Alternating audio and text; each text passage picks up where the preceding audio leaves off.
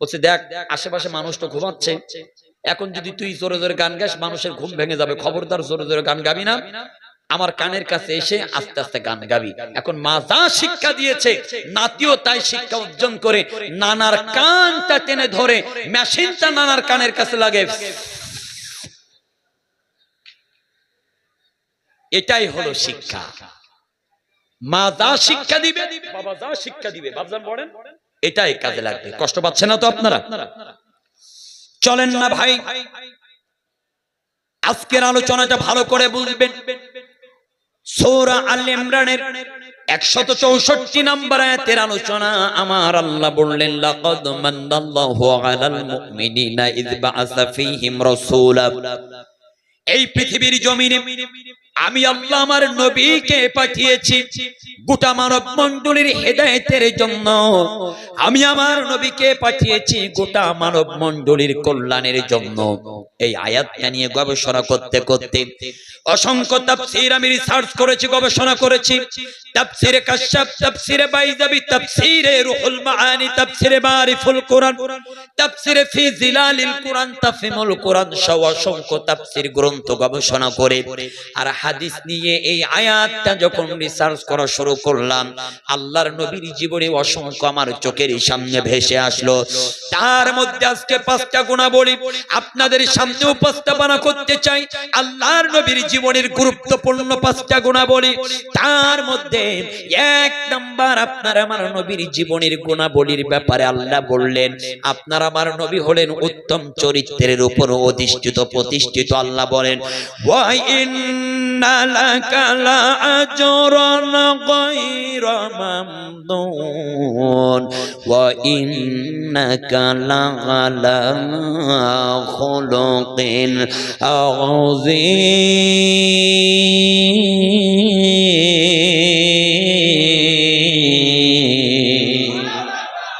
আল্লাহ বলছেন নবী আমি আপনাকে মহান অশেষ একটা নিয়ামত দিয়েছি।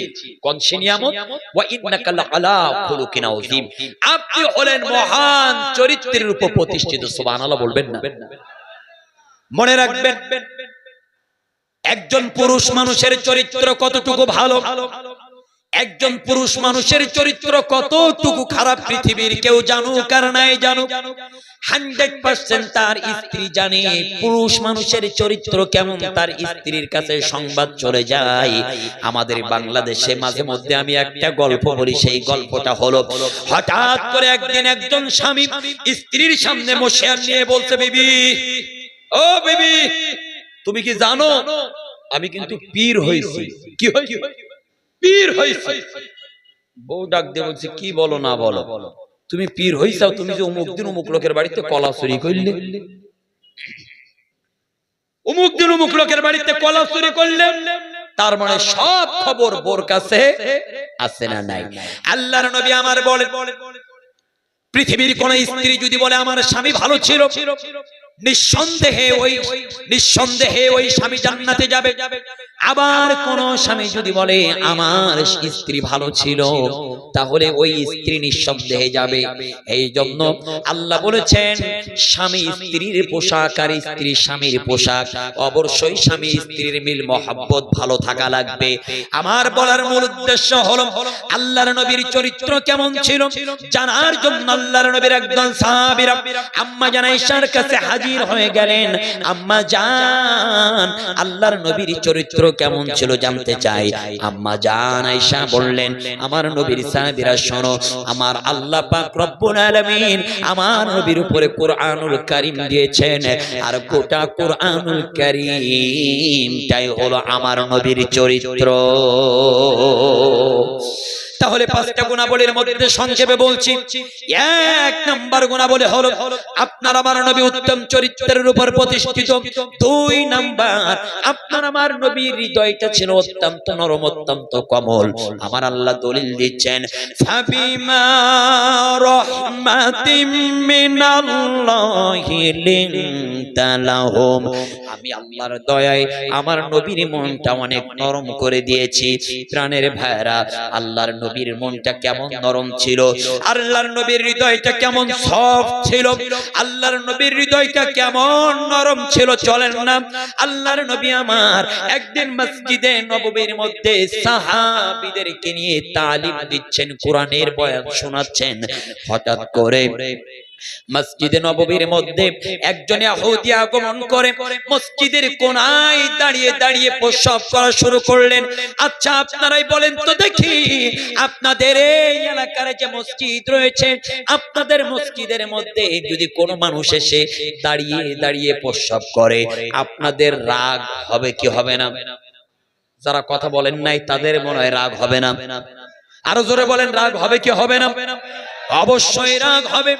ঠিক তদ্রূপ মসজিদে নববীর মধ্যে ইহুদি দাঁড়িয়ে দাঁড়িয়ে প্রস্রাব করলেন।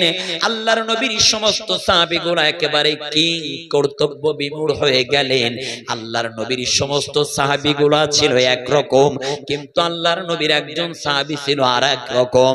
আল্লাহর নবীর এই সাহাবীর নাম হলো হযরত উমর ইবনুল খাত্তাব রাদিয়াল্লাহু তাআলা আনহু। আপনারা একটু বলেন তো দেখি, হযরত উমরের রাগ কম ছিল নাকি বেশি ছিল? হযরত উমরের রাগ অত্যন্ত বেশি ছিল। একদিন ইবলিস শয়তান আল্লাহর নবীকে দেখে বলছে, নবী আপনি কি জানেন হযরত উমর যে রাস্তা দিয়ে যায়, আমি ইবলিস শয়তান উমরকে দেখার পরে অন্য রাস্তা দিয়ে পালাই। মসজিদ নববীর মধ্যে ইহুদি দাঁড়িয়ে দাঁড়িয়ে প্রস্রাব করেছে, সব সাহাবীগুলো বসে রয়েছেন।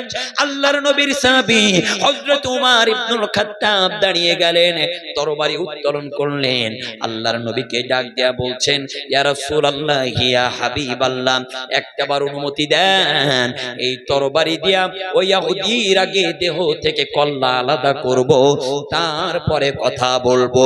আল্লাহর নবী আমার বললেন, উমর ইজলিস, ওমর ইজলিস বসো, ও ওমর বসো, ও ওমর বসো।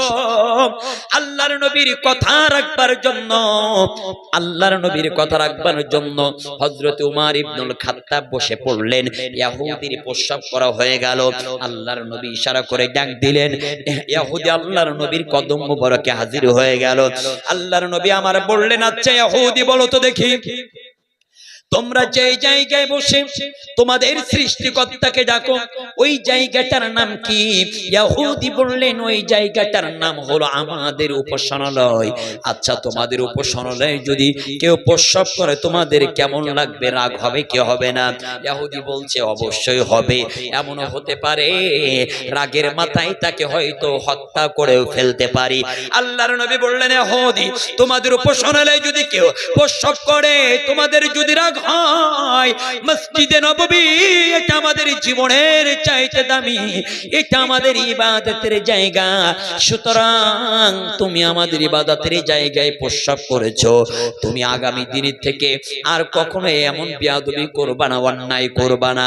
আল্লাহর নবী বললেন, তোমারে মাফ করে দিলাম। এই কথা শুনে ইহুদি নবীজির কদম মুবারকের কাছে পড়ে গেল। ইহুদি ডাক দিয়ে বলছেন, নবী আজকে যদি আপনি এই জায়গায় না থাকতেন, আপনার সমস্ত সাহাবীরা আমার ছাড় দিলেও হযরত উমর আমার ছাড় দিত না, আমার কল্লা খান আলাদা করে দিত। আপনি দয়ার নবী, আপনি মায়ার নবী, আপনার মনের মধ্যে আমার আল্লাহ দয়া দিয়েছেন, আপনার মনের মধ্যে আমার আল্লাহ মায়া দিয়েছেন, সুতরাং আমি বুঝতে পেরেছি আপনি সাধারণ কোনো মানুষ নন, আপনার হাতখানা একটু বাড়িয়ে দেন। আল্লাহর নবীর হাতখানা বাড়িয়ে দিল। ইহুদি নবীজির হাতের পর হাত রাখলো। আল্লাহর নবীর হাতের পর হাত রেখে ইহুদি বললেন, ও নবী আমি ভুল বুঝতে পেরেছি, অনন্তকাল জাহান্নামের আগুন থেকে মুক্তি পেয়ে আমি জান্নাতি হতে চাই, এই মুহূর্তে আপনি আমার কালিমা পড়িয়ে দেন, লা ইলাহা ইল্লাল্লাহু মুহাম্মাদুর রাসূলুল্লাহ। কালিমা পড়ে যখন মুসলমান হয়ে গেল, হযরত উমর তরবারিকে আস্তে আস্তে লজ্জায় খাপের ভিতরে ঢুকায় আর মাথাখানা নিচু করে। আল্লাহর নবী আমার ডাক দিয়ে বলে, উমার তরবারি খাপের ভিতরে ঢুকাইছো ঠিক আছে, মাথাখানা কেন নিচু করো? মাথাখানা আস্তে আস্তে উঁচা করো। হযরত উমর মাথাখানা আস্তে আস্তে উঁচা করলেন।